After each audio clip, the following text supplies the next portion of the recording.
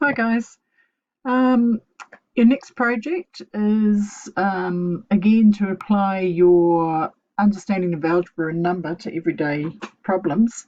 The project is called the Walkathon Championship, and if I jump onto that, thought I had it open, maybe not. Let's have a look.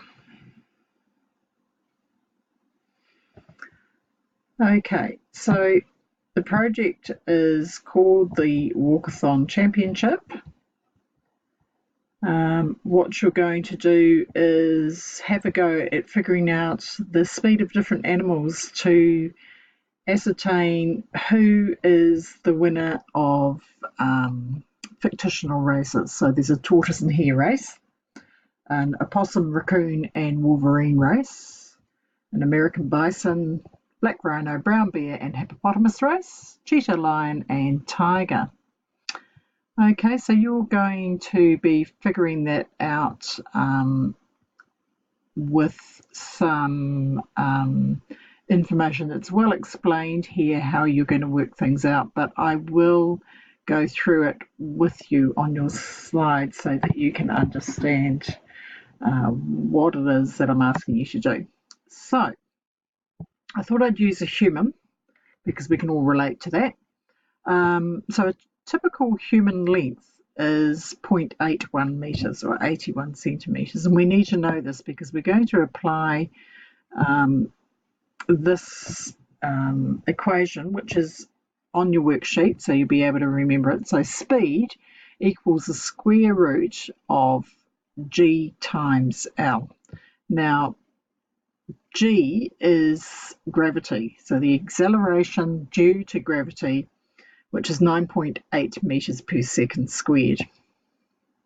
Oh, and a nice spelling mistake there.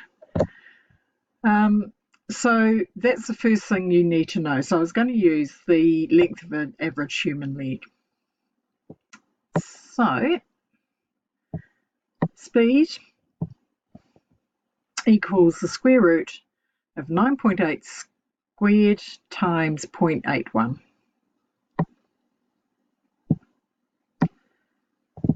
So speed equals the square root of 96.04, that's the 9.8 squared, times 0.81, which equals speed equals the square root of 77.79, which means the maximum speed, it's important that you remember this is maximum speed, walking, is 8.82 kilometres per hour.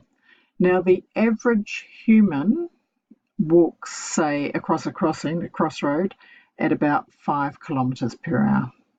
All right, so that gives you an idea of the rate that somebody typically can walk if they're walking at speed. Okay, so that's how you are going to solve each of your problems relating to your walkathon problem, or the walk on the wild side, which is the other name for it. And you can carry on with this into next term while I'm away, so that will be fine.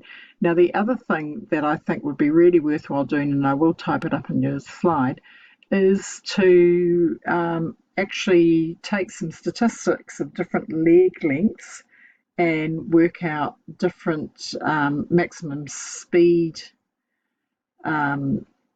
that students can walk, and then maybe test it in real theory and have a bit of a walk off to see whether your